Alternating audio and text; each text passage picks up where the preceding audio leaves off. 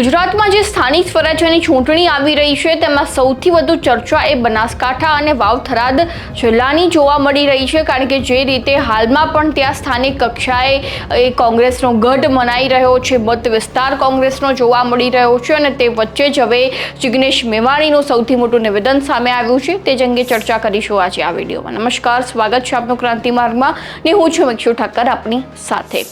જિગ્નેશ મેવાણી જેઓ સતત ભારતીય જનતા પાર્ટી પર આકરા પ્રહારો કરતા હોય છે, એક્ટિવ મોડમાં જોવા મળતા હોય છે અને તેમાં પણ જ્યારે સ્થાનિક સ્વરાજ્યની ચૂંટણી આવી રહી છે એટલે સતત સભાઓ પણ જે છે તેમના દ્વારા યોજવામાં આવી રહી છે। કોંગ્રેસના અન્ય નેતા જેમ કે ગેનીબેન ઠાકોર હોય, ગુલાબસિંહ રાજપૂત હોય, સખત એક્ટિવ જોવા મળી રહ્યા છે। અને બીજી બાજુ જો વાત કરવામાં આવે તો એવી સંભાવનાઓ કેટલાક લોકો દ્વારા, રાજકીય વિશ્લેષકો દ્વારા આપવામાં આવી રહી છે કે વાવ-થરાદ અને બનાસકાંઠાની એ ચૂંટણીમાં કોંગ્રેસની જીત જોવા મળશે, કારણ કે વર્ષોથી કેટલોક એ મત વિસ્તાર છે જે ખરેખર કોંગ્રેસ સાથે વરેલો છે। અને બીજી બાજુ જો વાત કરવામાં આવે તો જિગ્નેશ મેવાણીએ પણ તેને લઈને ભારતીય જનતા પાર્ટી ઉપર આકરા પ્રહારો કર્યા છે। શું કહ્યું તેમને આ મુદ્દે, તેમની પાસેથી જ સાંભળી લઈએ। થરાદ અને બનાસકાંઠા જિલ્લો એક કોંગ્રેસના ગઢ રહ્યા છે, ગઢ અકબંધ રહેશે, કિલ્લો જળકે સળાગ રહેશે અને આવનારા દિવસોમાં તમે જોશો